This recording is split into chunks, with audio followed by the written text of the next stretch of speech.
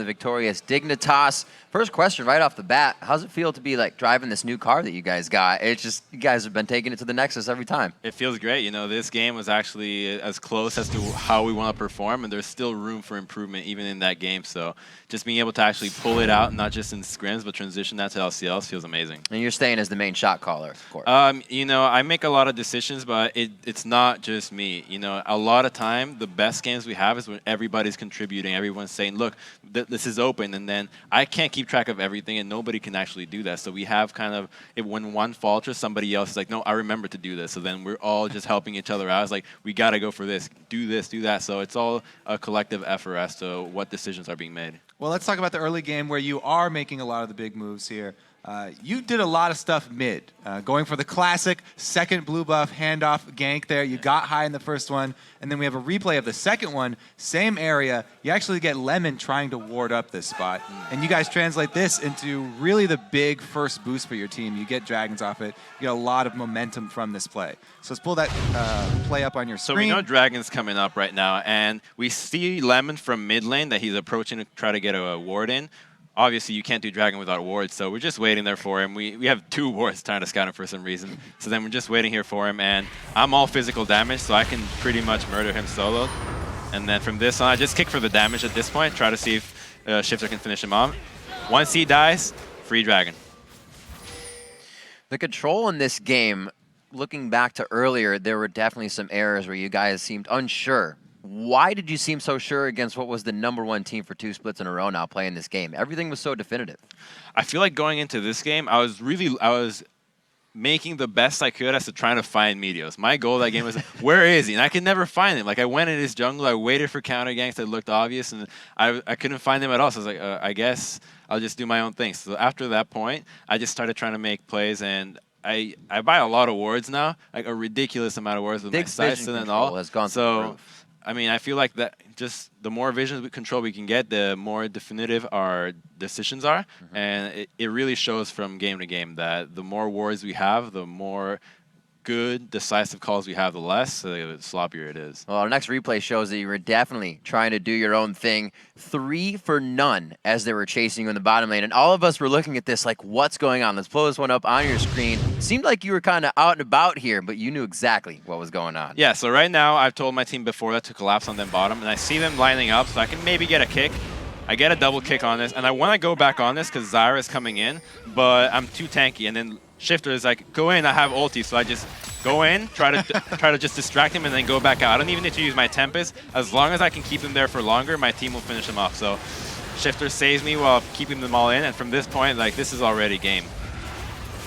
Mission accomplished. Kept them long around. Just distract them. Then the duo lane comes in, cuts him off. That duo lane, by the way, they're looking strong. Yeah. In real life, they're looking different as well. I don't know what to call Kiwi kids, but like Cutie Pie's got the Khal Drogo braid going on here. I think he went with more kids, princess. Like, Kiwi's is just a bowl. I think he lost a bet and he's like, I'm just going to go for a bowl cut. And I mean, it's like a half weird. Yeah, I mean, I don't think it's that bad. I think he can definitely pull it off. So props to him. Adorable indeed.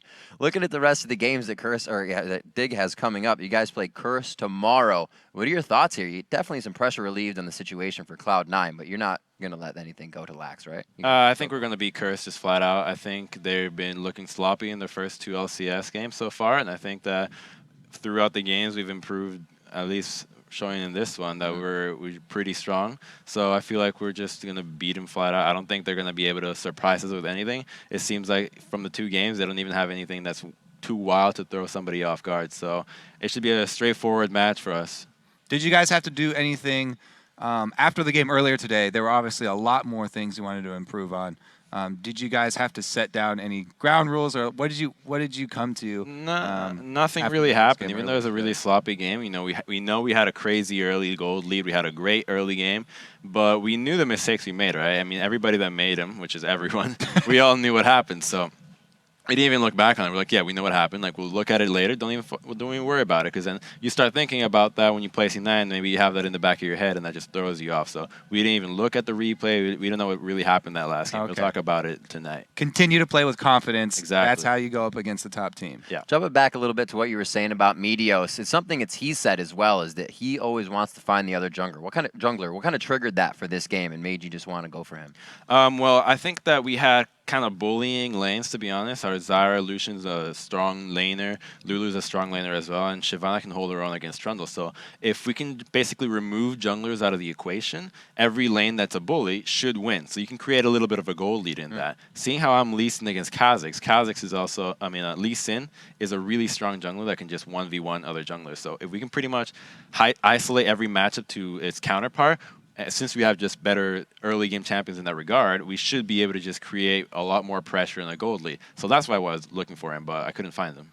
What do you think about the current state of the junglers, and what would you do in a situation like TSM Amazing was faced with, where they ban out those sort of top four, the Evelynn, Elise, Lee Sin, and Kha'Zix?